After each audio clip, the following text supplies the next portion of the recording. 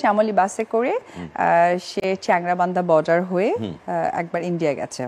সাকিব অপুর বিয়ের কথা হয়তো এখন অনেকেরই মনে নাই, তবে মাঝে মধ্যেই অপু বিশ্বাস সাকিব খানকে স্বামী বলে অনেক কথাই বলে থাকেন। ভালোবেসে চিত্রনায়ক সাকিব খানের সঙ্গে সংসার পেতেছিলেন চিত্রনায়িকা অপু বিশ্বাস।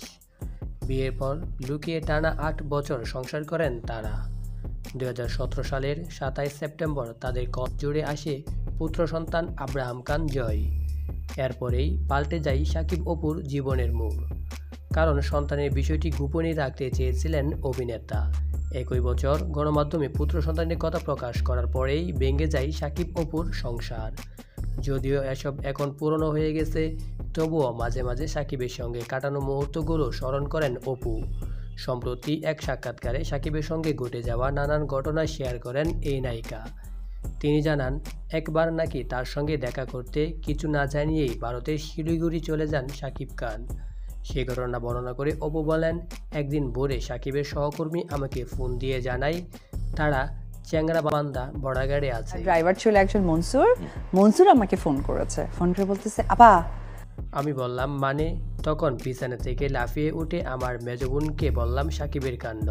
সে পুরোটা দাদাকে বলল, দাদাও ঘটনা জেনে লাফিয়ে উঠল। তিনি আরও বলেন, শুটিং ফাঁকি দিয়ে সারা রাত বসে চড়ে সেখানে গিয়েছিল সাকিব। এমন অবস্থায় দাদাকে বললাম, তিনি সঙ্গে সঙ্গেই গাড়ি নিয়ে বর্ডার পর্যন্ত চলে গেল। সঙ্গে আমিও ছিলাম। এরপর দাদা শিলিগুড়িতে সাকিবের জন্য একটি হোটেল বুকিং করে। চিত্রনায়িকা বলেন, সাকিব অনেক সহজ সরল। আমাদের যেদিন বিয়ে হয়েছে সেদিনের একটা কথা এখনও কানে বাজে। সাকিব হুট করেই আমাকে বলে, চলো বিয়ে করে ফেলি। আমি বললাম, বিয়ে করে ফেলবো কিভাবে সম্ভব? এর জবাবে আমাকে বলেছিল, স্ত্রীকে একজন স্বামী যেভাবে ভালোবাসে আমি ঠিক একজন স্বামীর জায়গা থেকে সেভাবেই তোমাকে ভালোবাসবো। সাকিবের সঙ্গে প্রেম নিয়ে অপু পরিবারে কী মত ছিল?